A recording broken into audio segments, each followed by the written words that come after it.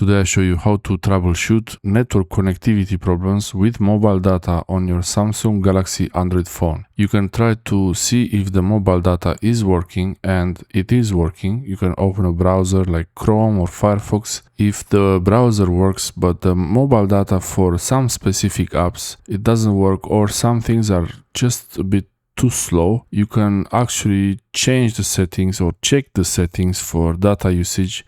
You long press on the quick setting in the quick panel for data, mobile data. Make sure you disable data saver.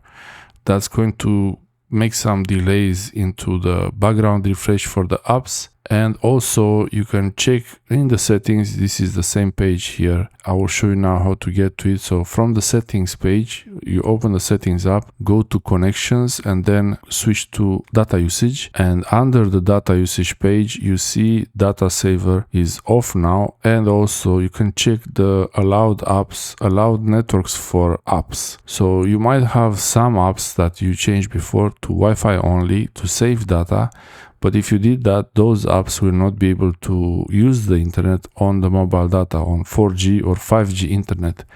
To do that, you can easily put the apps back to default mobile data or Wi-Fi to use both, whatever network is available. And in this way, it should be easier to access the internet. You can also check the access point settings for mobile data on the SIM card, but this is usually not the problem.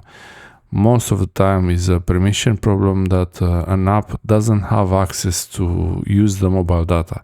So this is how you enable the mobile data and disable it from the quick settings menu.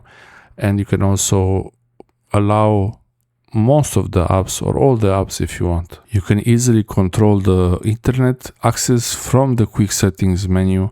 You can enable or disable Wi-Fi and mobile data separately, and if you have OneUI 7, the new interface, you will have the quick panel settings separate on the swipe down from the top right.